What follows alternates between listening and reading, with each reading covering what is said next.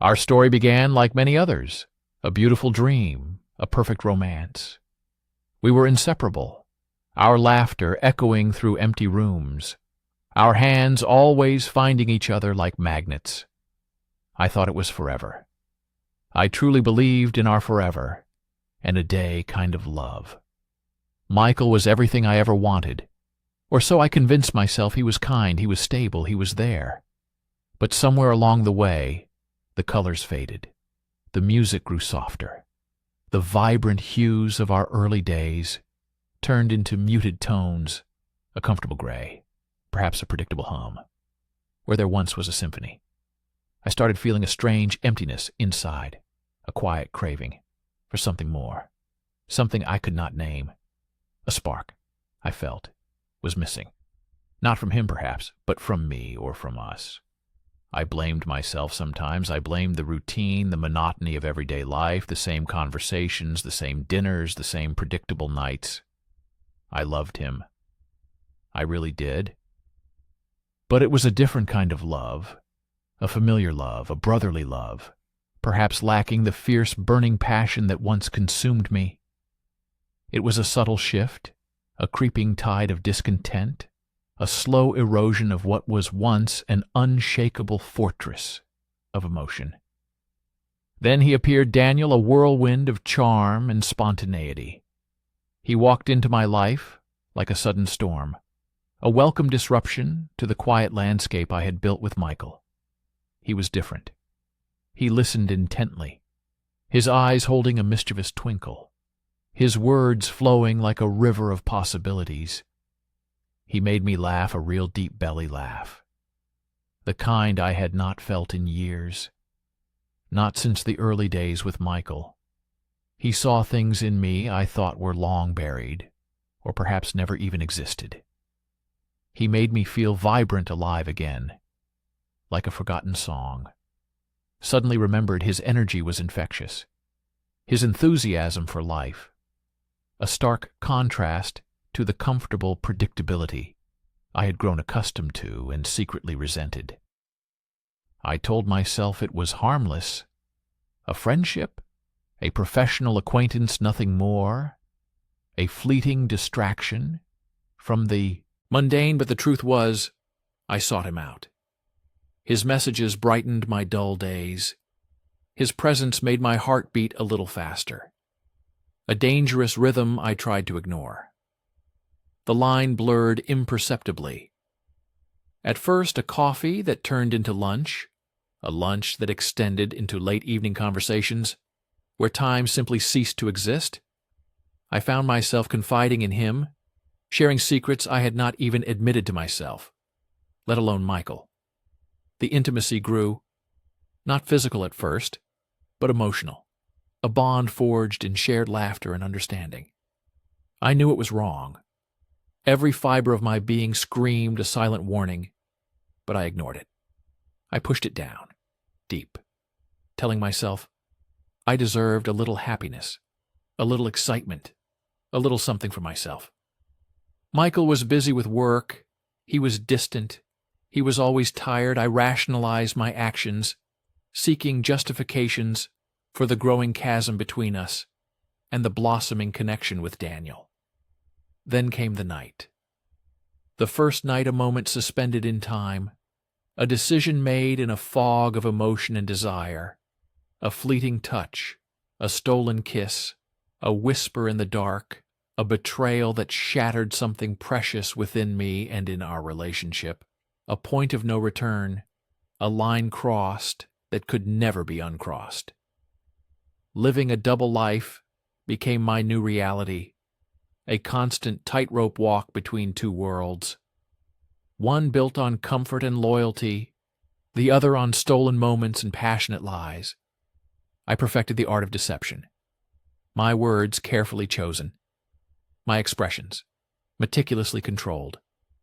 I became an actress in my own life, performing for Michael, a loving partner, while my heart yearned for another, my mind consumed by thoughts of Daniel. The guilt was a heavy blanket, suffocating me in the quiet hours of the night. It was a constant companion, a shadow, stalking, my every move. It gnawed at my conscience, whispering its ugly truths.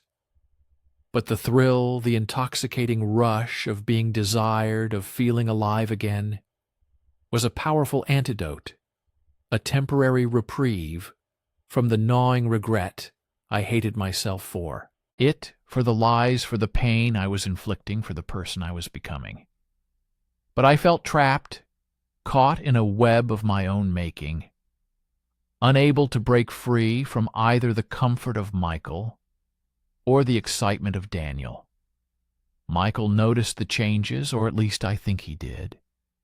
His eyes held a hint of confusion, a flicker of something unspoken. Our conversations became superficial, our intimacy a mechanical routine. I saw the hurt in his gaze, the quiet questions in his silence, but I offered no answers. Only more distance, more excuses, more carefully constructed lies. I became adept at deflecting his attempts at closeness, at explaining away my late nights, my sudden bursts of energy, or my prolonged silences. He tried to bridge the gap. He truly did. He bought me flowers. He planned romantic dinners. He reminisced about our early days. But I pushed him away, creating an emotional barrier that felt impenetrable. I was afraid of his touch, afraid of his love, afraid of the truth revealing itself in my eyes. I was a phantom in our own home, a ghost of the woman he once loved and married, and it broke my heart to see the confusion and sadness in his face, a pain I was directly causing. The secret could not last forever. A truth I knew deep down, but desperately tried to ignore it, hung over me like a dark cloud, threatening to burst at any moment. The phone call, the text message left carelessly on the counter, the scent of another on my clothes, a stray comment from a mutual friend, or simply the unbearable weight of my own conscience. The universe always finds a way to reveal what is hidden from me. It was a simple message, a mundane oversight, a text from Daniel that flashed across my phone screen. While Michael was holding it for a second to check the time, my heart stopped. My blood ran cold. The world tilted on its axis. His eyes widened, slowly reading the words on the glowing screen. The air left the room a deafening silence. Followed a silence heavier than any scream I could have imagined. His face crumbled. His expression, a mixture of disbelief and profound agony. The jig was up, the mask had fallen. The truth was laid bare. The words were few, but their impact was devastating. His voice, barely a whisper, asking the dreaded question, "Is this true?" My silence was all the answer he needed. The dam broke an avalanche of tears, accusations, and raw, unfiltered pain. Michael transformed from the steady, calm man I knew into a wounded animal, his eyes burning with a hurt so deep it scorched my very soul. The arguments were brutal, a torrent of suppressed emotions and unsaid words. I confessed everything, the lies, the loneliness, the longing, the thrill, the regret, a messy outpouring of my broken heart. I saw his world shatter before my eyes, the foundations of his trust crumbling into dust. He asked me why over and over again, and I had no good answer, no excuse that could possibly justify the betrayal I had inflicted on him, the man who had loved me unconditionally. The man I had promised my forever to his pain was unbearable, and it mirrored my own self-loathing, 100-fold. Our home became a battleground, a silent graveyard of shattered dreams. The walls echoed with our unspoken anguish, the air thick with resentment and sorrow. The future we had so carefully planned together vanished into thin air like smoke. It was over. He said, his voice devoid of emotion, hollowed out by the revelation. And I knew he was right. There was no mending this, no rebuilding on such broken foundations. The trust was irrevocably shattered, the love poisoned by deceit. I packed my bags, a suitcase filled with clothes and a heart overflowing with regret. Each item I placed inside felt like another nail in the coffin of our relationship. Leaving felt like an amputation. A part of me ripped away a pain so profound, it left me gasping for air. I looked back at the empty space where our life once thrived, a ghost of a future that would never be. Michael stood by the doorway, his silhouette etched against the fading light, a stranger in the home we built. Together, his eyes holding an emptiness that reflected my own desolate soul. In the quiet solitude of my new apartment, I had ample time to reflect on the wreckage I had created, the choices I had made, and the person I had become. The thrill with Daniel had long faded, replaced by an even deeper sense of emptiness and a crushing weight of remorse. I understood then that my pursuit of fleeting excitement was a desperate attempt to fill a void within myself, a void that no external person or experience could ever truly satisfy. I realized I had not just betrayed Michael. I had betrayed myself, my values, my integrity, my promise to love and cherish. I learned the hard way that true happiness does not come from seeking external validation or escaping discomfort, but from confronting one's own demons and building genuine connection on a foundation of honesty and respect. The cost of my actions was immeasurable. The loss of a beautiful relationship, the pain inflicted on an innocent heart, and the profound damage to my own sense of self-worth. The road ahead is long and arduous.